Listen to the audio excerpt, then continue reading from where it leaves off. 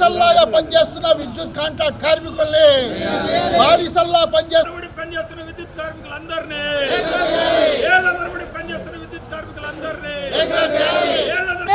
Regular చేయాలి. విద్యుత్ contract కార్మికులను రెగ్యులర్ చేయాలి. ఇవ్వాలి ₹1 ఇన్సూరెన్స్, ఇవ్వాలి ₹1 ఇన్సూరెన్స్. బానిసల్లా పనిచేస్తున్న విద్యుత్ కాంట్రాక్ట్ కార్మికుల్ని మనం సిఐటిగా చెప్పాం. అసెంబ్లీ జరుగుతుంది, ఎవరి స్థాయిలో వాళ్ళు గొంత ఏరియాస్ కానీ పెయిడ్ హాలిడేస్ కానీ డిఎల్ కానీ జోబు సొమ్ములో ఇస్తున్నారంటే మనం చేసే వరకు సంస్థలో విలీనం చేసే వరకు మన పోరాటం చేయాలని చెప్పేసి అంటే చివరికి కాంట్రాక్ట్ కార్మికులు అందరినీ రోడ్డు మీద కట్టి చేశారు. అందుకోసమే ఈరోజు ప్రభుత్వం యాజమాన్యంపై పోరాటం చేయడంతో పాటుగా యాజమాన్యంతో మిలాఖత్ అయ్యే ఇటువంటి రాజీ పడే మనం ఏమీ చేయలేము. అంటే కార్మికులకి ఒక రకంగా పోరాటాలపైన ఉద్యమాలపైన నీళ్లు చల్లుతున్నారు. అదేవిధంగా పర్మనెంట్ వాళ్ళ పిఆర్సీలు వెంటనే అనౌన్స్ చేయాలి. ఆ పిఆర్సీతో పాటుగా కాంట్రాక్ట్ కరపత్రం వేసి వాళ్ళు తిరుపతిలో ధర్నా చేస్తే తిరుపతికి వెళ్ళి మనం కరపత్రాలు పంచి వాళ్ళ యాజమాన్యం తన పబ్బం గడుపుకుంటుంది. అందుకోసమే ఈరోజు రాష్ట్ర వ్యాప్తంగా ఈ సమస్య పైన పోరాటం చేయడం కోసం జేఏసీగా 2వ జేఏసీగా ఏర్పడ్డాం. ఆ పేరు మీద మనం వెళ్తూనే అవుతుంది.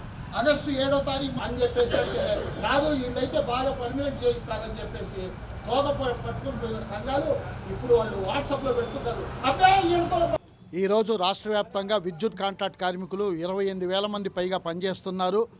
అసెంబ్లీ సాక్షిగా వాళ్లకు న్యాయం చేయాలని తెలంగాణ తరహాలో విద్యుత్ కాంట్రాక్ట్ కార్మికుల్ని సంస్థలో విలీనం చేయాలని నారా లోకేష్ గారు పాదయాత్రలో ఏదైతే మాట ఇచ్చారో ఆ మాట నిలబెట్టుకోవాలని ఈ బడ్జెట్ సెషన్ జరుగుతుండగా రాష్ట్ర వ్యాప్తంగా ఈరోజు ఎస్సీ ఆఫీసుల ముందు, కలెక్టర్ ఆఫీసుల ముందు ధర్నా చేస్తున్నాం. విద్యుత్ కాంట్రాక్ట్ కార్మికులకి పాత ఆపరేటర్ల పేరు మీద 29,000 ఇస్తున్నారు. కొత్త వాళ్ళకి కానీ, ఫీల్డ్ అసిస్టెంట్లు కానీ, వాచ్మెన్లుగా వచ్చిన వాళ్ళకి కానీ వేతనాలు పెంచలేదు. రకరకాలుగా ముక్కలు చేసి తక్కువ వేతనాలు ఇచ్చి వాళ్ళని బానిసల్లాగా పనిచేస్తూ వాళ్ళని దోపిడీ చేస్తున్నారు. 46,000 కనీస వేతనం ఇవ్వాలి. వెంటనే డిఏలు కానీ వీని చట్టపరంగా రావాల్సినవి వెంటనే అనౌన్స్ చేయాలి. పిఆర్సీ అనౌన్స్ చేయాలి. అదేవిధంగా అన్లిమిటెడ్ హెల్త్ కార్డులని ఇవ్వాలి. అనేక మంది విద్యుత్ రంగంలో కాలిపోయి అస్థిపంజరాల్లాగా మంచాల్లో ఉంటున్నారు. వాళ్ళకు వైద్య సదుపాయం అన్లిమిటెడ్ ఇవ్వడంతో పాటుగా కుటుంబానికి నష్టపరిహారం, అదేవిధంగా వాళ్ళ కుటుంబంలో ఒకరికి ఉపాధి అవకాశం కల్పించాలని అడుగుతున్నాం. మొన్న చేసిన ఉద్యమం పర్మనెంట్ సంఘాలు కానీ, పెద్ద సంఘాలు కానీ విద్యుత్ కాంట్రాక్ట్ కార్మికులు సంస్థలో విలీనం డిమాండ్ వదిలేసి అచ్చం ఆర్థిక డిమాండ్లతో వాళ్ళు ఉద్యమాన్ని విరమించారు. కానీ సిఐటిగా మొదటి నుంచి మేము వాళ్ళకు మద్దతు ఇచ్చాము, సపోర్ట్ చేశాము, ఈ ఉద్యమాన్ని ముందుకు తీసుకెళ్తున్నాము. ఇప్పటికైనా కాంట్రాక్ట్ కార్మికులందరినీ మేము విజ్ఞప్తి చేసేది ఏంటంటే, ఎవరు మీ తరఫున ప్రభుత్వం పైన రాజీ లేని పోరాటం చేస్తున్నారో చూసి మీరు ఆ ఉద్యమంలో కలిసి రావాల్సిందిగా మేము విజ్ఞప్తి చేస్తున్నాం.